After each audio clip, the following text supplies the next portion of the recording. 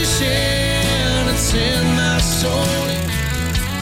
Welcome to the Salt Strong Podcast, disrupting fishing entertainment as you know it. Prepare to laugh. Prepare to get to know fishing legends in a whole new and unfiltered way. And on occasion, you might even learn a thing or two about fishing. Here's your host, Joe Simons. Like diamonds. Hello and welcome to the Salt Strong Podcast. My name is Rich Natoli. I'm the host of the show for this episode, and I'm joined by Pat Ogletree, Salt Strong coach, and Luke Simons. Everybody knows Luke. Guys, how you doing today? Great. Doing awesome. Just dealing with the rain right now. All right. And in this one, we are going to talk about a topic that is relevant to everybody. And it's relevant to everybody because when we're recording this is the very end of July. And we are experiencing all throughout really throughout the entire country right now, heat and hot water. And we're going to talk today about what you need to do in order to adjust your tactics or adjust your approach to continue to get on the fish, even when the water temperatures are rising. And what's funny is, as we're recording this, Pat is in the middle of a thunderstorm. Pat, where are you right now?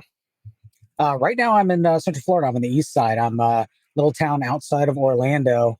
I've been fishing this area for a little while, and I can assure you, it is hot outside for sure. Yeah, and I'm in the mid-Atlantic, so I'm right now as we're recording this, I'm in Pennsylvania. I have a thunderstorm that just went through, so it didn't really cool it off. It's still about 90 something, so nothing like you have down there. Luke, I think you're on the west coast of Florida right now, and yep. I don't know if you're getting rain or not, but no, it's been hot and sunny, but the bite's been good. So it's actually been a really good summer in spite of some super hot conditions. So we could use the rain. We could use some of that rain in the past getting over here. Well, you can have some of ours. So we have, all right. So Luke, I like what you said. The fishing's been great. It's been hot weather. I've seen reports of people getting off, people getting heat exhaustion out in kayaks, out in the day. The one guy was in Texas, 115 degrees. He was out and he had to, he had a difficult time getting off the water, but you could still catch in this weather. And one of the things that we need to talk about, or the thing that we need to talk about today, is what do we need to do in order to change our approach to adjust to the conditions that are out there. And I think, hey, let's just go around the horn and come up with a few things each, or a couple things each, that'll help these anglers get on the fish and get more consistent catches as we go into the really hottest part of the summer coming up. So why don't we start off with Luke? Luke, what is one thing that you would say is really important for an angler when they're heading out in the heat of the summer? So don't head out in the heat of the summer. I've been having literally like the best fishing I've had in a really long time, and I'm usually done fishing by 8:00 or 8:30. So yeah, don't go in the heat of the day. Go super early. And so lately, I've been getting out to my spot, like at the spot before the sun even starts coming up, and that it's that first hour and a half or so, like right as the sky is starting to light up to like once the sun is actually up. And just before it starts getting hot, that time, regardless of tide, it has been a really good bite. I've been catching a ton of overslot snook. Today we caught snook. That was it was the smallest snook I've caught in a while, but it's 30 inches. And then a cobia that was just shy of keeper, and then like a 20-pound permit. So the early bite has been really, really good. Once it's about 9:30, it's tough. It's really tough, and especially I've just been using all lures. So I'm sure live bait would extend the bite a little bit, but number one, you don't have to have live bait. Number two, it just get out there early, and everything else is easier. So I would say that would be my quickest advice is to set the alarm, get out there before the sun's up, and that should be the best ticket. Yeah, I think that's excellent advice. And actually, that was one of the ones I wanted to talk about. But I actually wasn't going to talk about the early morning. I was going to talk about the overnight, because one of the Now, I realize a lot of people aren't like me or us, and they don't necessarily want to be fishing at 1 a.m. But I'll tell you what, my summer fishing for my entire life, I've had the best fishing results when fishing the overnight. And I'm talking full dark. I used to go out at 10 p.m. and I'd come in at around 4 or 6 a.m., sleep for a few hours, and then head to the beach, right? And enjoy the hot part of the day right on the beach with some cold drinks and friends. And I will say right now that if you can fish overnight, that is a great time to do it. You get the temperature breaks, and you have the added benefit that most of these fish that we're targeting are going to be actively feeding at night, especially if you can find some nice current breaks and structure combined with some light sources. If you can find all that, that to me is one of the best things that you can do. Pat, do you ever fish overnight? No, actually, to be honest with you, I'm not a big fan of being out at nighttime in the kayak. Just, down here in Florida, we got things. We got alligators, we got manatees, we got all kinds of stuff. And being in a kayak, it's a little strange for me. If I was a boat fisherman, sure, I'd probably go out there more often. But as of right now, I try to fish like Luke says, first thing in the morning when you get that right before the daybreak. Matter of fact, I was out Monday and doing exactly that.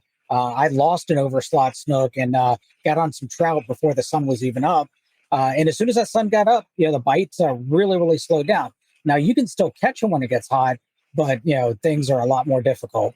Yeah, I agree. And I'll throw in there last light is also a good time. And quite honestly, I don't know if it has anything to do with the temperature itself, but when that sun starts to come off the water, I think that definitely does make a difference, especially if you're fishing in the shallower areas. If you can find some nice current flow, something close to an inlet, that would work well. And admittedly, Pat, up here, we don't have things in the water trying to kill us when we're out there. Yeah, we have sharks, but we don't have manatees, upsetting the kayaks. We don't have alligators. We don't have that kind of stuff. So, full disclosure, I'm not dealing with that kind of stuff. But I do actually. 95% of my fishing at night is from land. I will fish bridges. I will fish the shadow lines of bridges. I will fish jetties, that type of thing. But I won't fish dangerous jetties. I'll fish lit jetties so that I, don't end up in the water all by myself. All right, so that's a good one. Pat, do you have a tip that you want to share? Yeah, actually, this is something that I've seen the past, I'd say about a month or so. When I've been out on the water and that water temperature gets really up there, is you kind of have to treat this almost like the wintertime where you really have to slow down your presentation. So these fish aren't, their metabolism slows down. There's not as much dissolved oxygen in the water, and that water temperature is really high. And these fish really don't want to expend a lot of energy to chase a meal down. Now, in the low light conditions that we were talking earlier, yeah, you can still use your bigger lures. You can still use, a more moderate retrieve. But as soon as that water temperature starts to climb, that air temperature starts to climb, you need to slow way down. And also, I've been having better luck using smaller lures during the day. Once that water temperature gets up, going all the way down to like our Power Prawn USA Junior, the small size, that produces more bites than the larger lures. So that's the two things I would throw in there. Downsize your presentation and slow it down whenever that sun gets up. That's some good advice. I like the idea of downsizing lures. I actually learned recently that fish that feed on smaller baits tend to grow faster and be healthier than fish that are eating larger baits because of the way that it fits into their stomachs. They're able to eat more volume of calories in one feeding than if they're going after the big baits. So especially these fish that are swallowing things whole.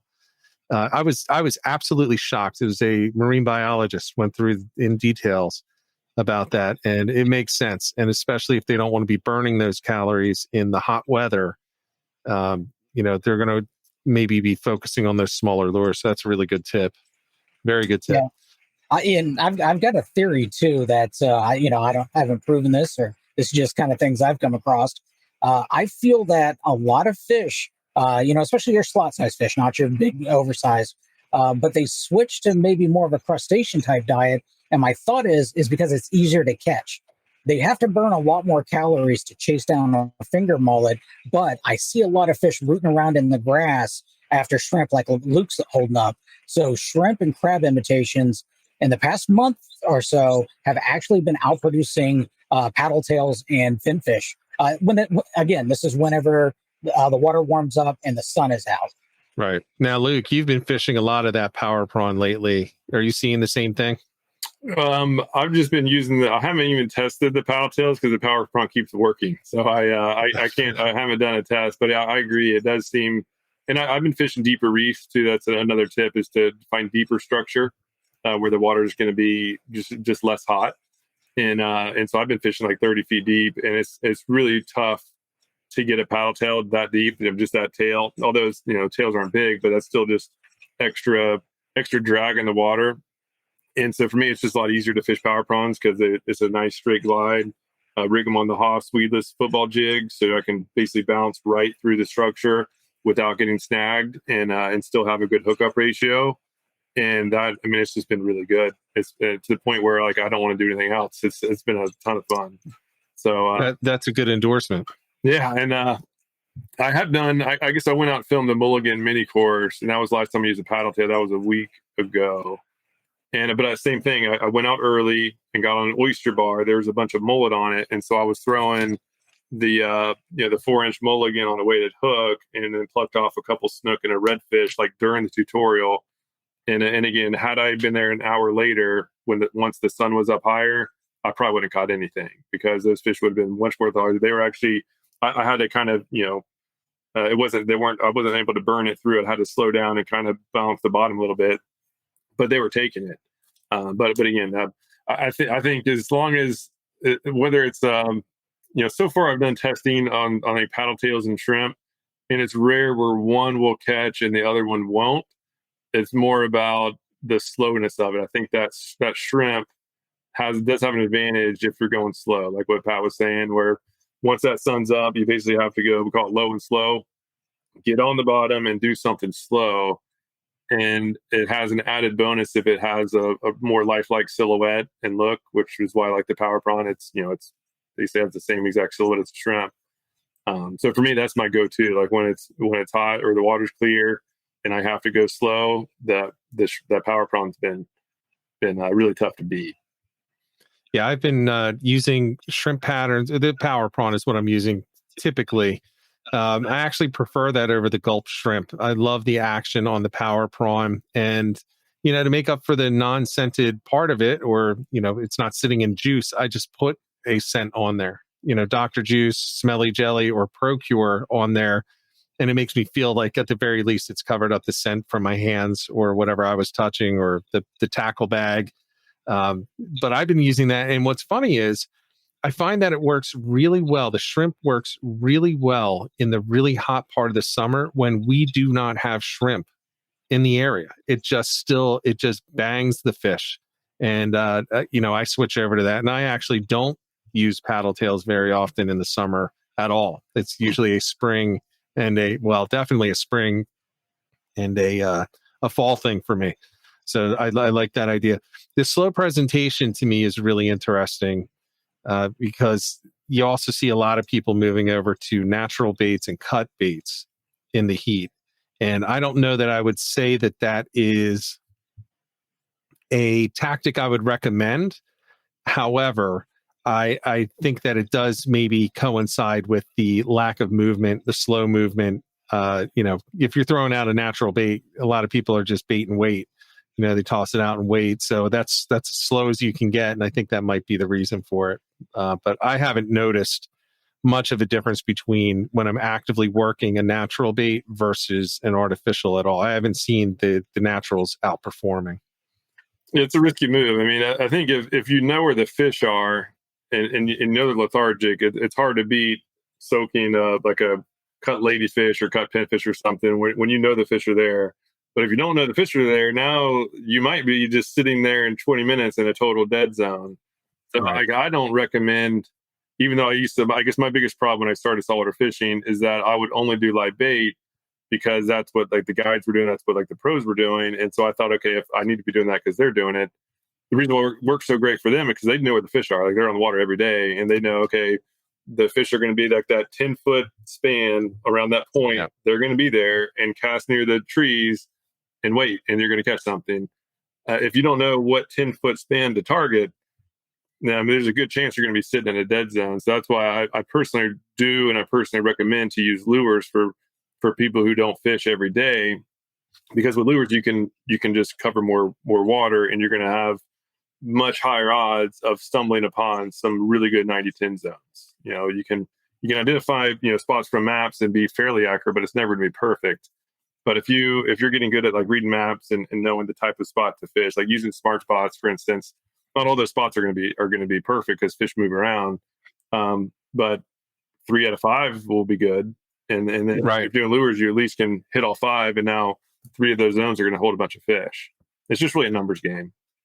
I think it's interesting. Actually, the podcast that coming out right before this one, I was talking with Captain Jason Clark, and he was talking about how in the heat of the summer, he is tossing with his clients. He's tossing out baits, but it was mainly because it was easier. But when he's going out, he's still picking that lure. And, his fun days where it's just him or his family, he's out there and he's fishing those artificials. And it goes right to what you said, Luke. He knows where the fish are. Yeah. So he doesn't need to, just toss it there and hope. He's actively targeting. And he also said he doesn't have the patience.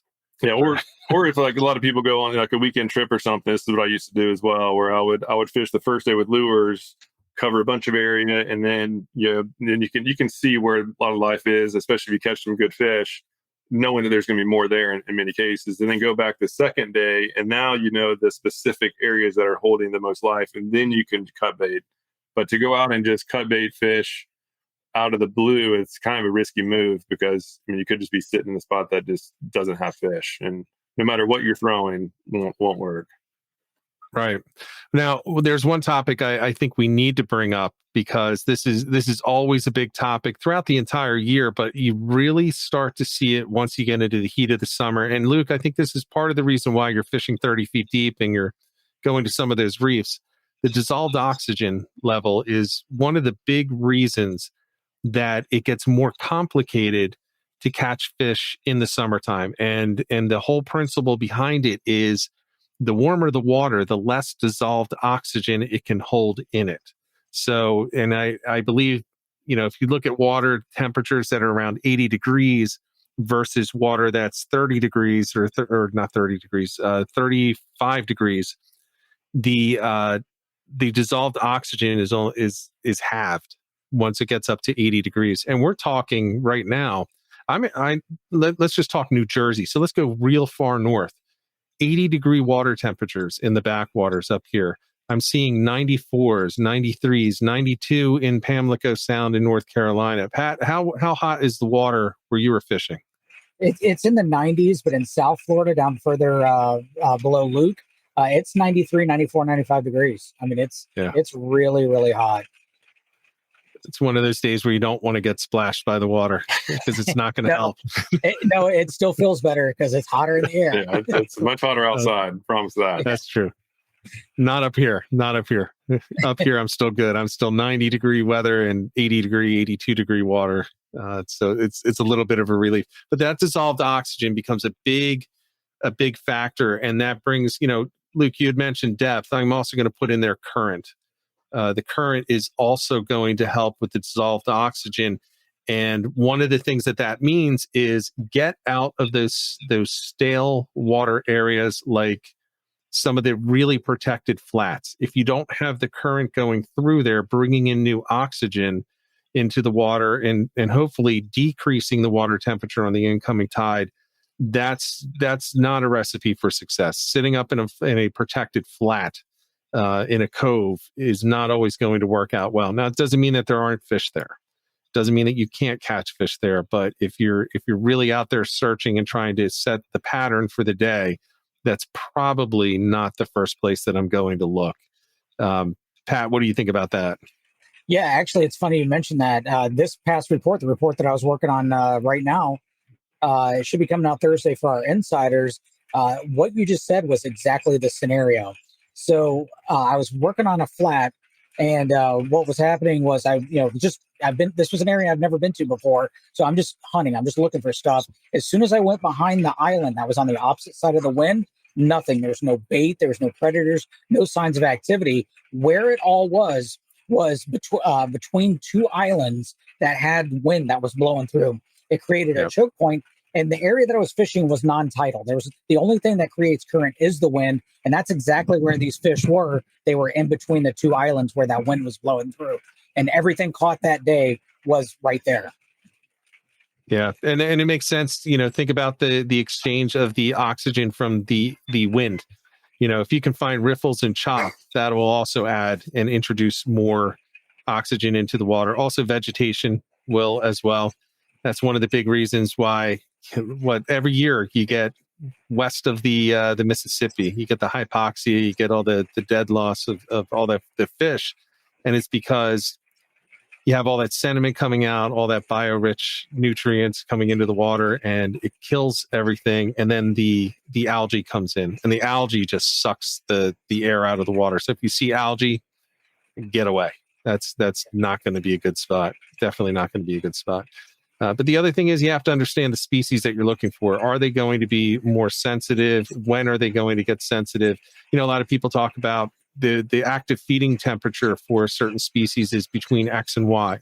Well, part of the reason it's between X and Y is because that's when they're at their most comfortable for the oxygen in the water, and that's what really turns them on. So you have to try to find those areas. And 30 feet, Luke, to me right now in these 80-degree waters, that's about where I'm looking for fluke fishing, specifically weak fish. I'm looking for anything that's going to be in that 30-foot range right now, and insiders will start seeing that in all the reports as we go through the next month.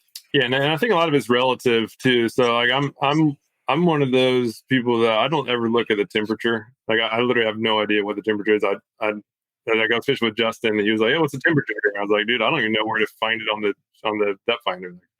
I don't even know if it reads it or not, because I really don't ever look at it. All I care about, knowing that it's hot, is I just think about the exact things that you mentioned. I don't care about the absolute temperature. I just want to find, when it's hot out, I want to find the specific zones that are just a fraction of a degree cooler than everywhere else. That's where the fish are going to be. Like the fish aren't going to travel 10 miles. Like the fish that it's like inshore and that hanging around like a mangrove island isn't going to go 10 miles to a reef to get cooler. It's just going to find like the deepest tree or like a nearby shoreline with dock that has shade on it. So for inshore fishing, if I'm doing that, and especially going out into the daylight, I'll start my mornings shallow, because a lot of times they'll go up shallow just to ambush prey. But then again, like that 8:30, depending on if it's cloudy or not. But as soon as I start feeling hot, that's when the fish are going to start feeling hot, and that's when I start targeting shade zones. So I'll go do some dock fishing, or I'll skip lures up under mangroves, because just that, like from going down, like lobstering down to the Keys, it's really surprising how different the temperature is when you're like swimming under a bridge or under a dock and you're in the sun, shade, and it's like almost like cold. And just like that, those fish obviously feel that, right? Those fish know, and whether they're smart and find it, or my guess is they just instinctively get there, where they're just searching around and it's feeling better, feeling worse, and then turn around to where it feels better, and they just hold there for a bit. So regardless of how they get there, they just naturally find themselves in those cool zones. So when I fish in docks, I look for the deepest dock, or the dock that has the most current flow hitting it, like actually hitting it. And even bonus points if there's current and wind pushing up as well, because that's just going to have more moving water, which is going to have more oxygen in the water. And like Rich said, if there's grass there, another bonus, right? Like as those, we'll call them the DO2 boosters or whatever, like as those DO2 factors are compounding, that's where those fish, again, whether they're smart or just happenstance, that's what they'll end up. And so us as anglers, that's our duty to think about that and to put ourselves in those spots. Whoever does that's going to catch the most fish. And granted, as much as we try, it's never been perfect. But I think a mistake a lot of people make is that they're going around like until they find, I know they're going to be at 80 degrees. So I'm going to travel around until I find a spot with 80-degree temperature. And I think that's a big mistake. I think it's just think about those types of zones that hold the most, that hold the most coolness or get the most oxygen in the water. And that's what those fish are going to be. Yeah, it's a great point. I think you probably stole one that both Pat and I were going to mention when you talked about cover in there as well, with the bridges and the docks. And I will tell you that is one of the least looked at things among all of the guys that I fished with for decades. Nobody up here looks at cover, but it can be absolutely critical. I love your point. It might be the point of this episode. It is relative. If you are on a flat and it does have some current coming through, the hottest part of the day, well, doesn't mean you have to leave. It just means that you have to find the potholes. You have to find that one little channel that's now 3 feet where it was 2 feet. And that right there might be enough to hold them because, as you said, they're not just getting up and bolting 2 or 3 miles. They need to survive. They need to, every calorie to them is precious, and they're not going to waste it just heading to an inlet for a 5 or 6 hour cycle and heading right back in. So that's a great point. Pat, is there anything that we missed on your side? Well, the only thing I'd like to add, to be honest with you, is, we're talking about dissolved oxygen and high temperatures. It's really important this time of year to use the appropriate equipment to land these fish quickly. That way we can get them back into the water. It's going to take longer to revive these fish. And like we said, we talked about that dissolved oxygen. And, if anybody has followed me for a while, I like using lighter equipment. I like using the medium light setups. I like, it's just a funner way of fishing for me. But this time of year, whenever, these water temperatures get up there, up your equipment, use the appropriate stuff for the size of the fish that you're trying to catch, and get them back in the water as quick as possible. Don't keep them out very long for pictures. Just handle them with care and get them back in the water, because really they're really vulnerable this time of year. Yeah. So now, Luke, you just stole your best point of the episode. That's exactly what I was going to end with, because that is very important. And it's super important. And normally, I actually enjoy, I rarely ever use nets. I enjoy, part of the catch is to grab with my hand. That's part of the fun. But summertime, I use a net, especially if it's in the day, because like Pat said, we just got to get these fish under control, get them. And when I net them, it's not like net them and then bring in the boat real quick. Right then is their most precarious state. So I get them in the net, and I just leave the net in the water. I leave them in the net, let them kind of rest a little bit, right? Leave the lure in their mouth, keep them in the net. They'll calm down, and that way they can start. They can start at least getting some, getting all, I don't know what the terms are, but they can at least start getting their body back into normal shape, because they're literally fighting for their lives. And what a lot of people just do instinctively is net that fish and immediately put it right in the boat. And now the fish is flopping around, you hard to control it. That's the best way to have a fish, not make it. So I would say net it, leave it in the water. If you want to take a picture, the time to get the camera ready, and then let it, quick out, picture, hook out, release. And in some cases too, if it's really hot, I'll even put it in the live well. If you're in a boat, I'll get that live well charged up. And if it's obviously you need to be a legal fish to not get in trouble. But if it's really hot and that fish really gave it its all, even let it in that live well. If there's a dolphin or something nearby, put it in the live well. The live well is by far the best way they can recuperate, because that live well, that thing is churning water. There's a lot of oxygen in there. And so, if the fish is not looking like it's going to really swim off aggressively, put it in live well for a little bit, turn that thing on, and then release it, 5 minutes later. And it's shocking. They'll go from kind of rough shape, but when they're not live well, if that thing's turned on, they'll be ready to rock. Yeah. And from a kayak, what we often do is, we'll pull it up next to the boat. I'll use a striped bass as an example. I don't use a net for a striped bass because I don't like bringing them into the boat, because I just don't keep them regardless of the size. And the largest ones I refuse to bring in. I won't even measure, I didn't measure what was my personal best this year, because I just kind of let it break off next to the boat because it was too big to bring out of the water. But holding it in the water, use some lip grippers if you have them. You don't want to be leaning in a kayak and start pedaling or start paddling, and just get moving, get the water over the gills. Be careful you're not dragging them backwards, which a lot of people do. They push them forward and pull them backwards. The gills don't work in that direction. You're essentially drowning the thing. So you want to have it out there, do the figure eights, start pedaling forward, and make sure that you have a real strong kick. They'll let you know. They'll really let you know. And if you touch their tail, or you're holding their tail, if you're doing it that way, they will let you know when it's time to go. They will kick off, and you're not going to be able to hold them. So it's a good point about not going backwards too. I see that. I've even seen videos of the release, and they're just doing a sawing motion, and that's not good. It's better just to hold them. If you can't go forward motion, propelling yourself via a pedal kayak or with a trolling motor, just hold it. Just hold it, because as they open their mouths. Redfish, snook, trout, flounder, they're all ambush predators, so their body is designed to sit still and then as their mouths are open, they get the water through their gills. So just hold them still is way better than backwards. So yeah, I see that a lot. It's always painful to watch. Granted, it's not going to kill them by itself, but it's just not as good as it could be.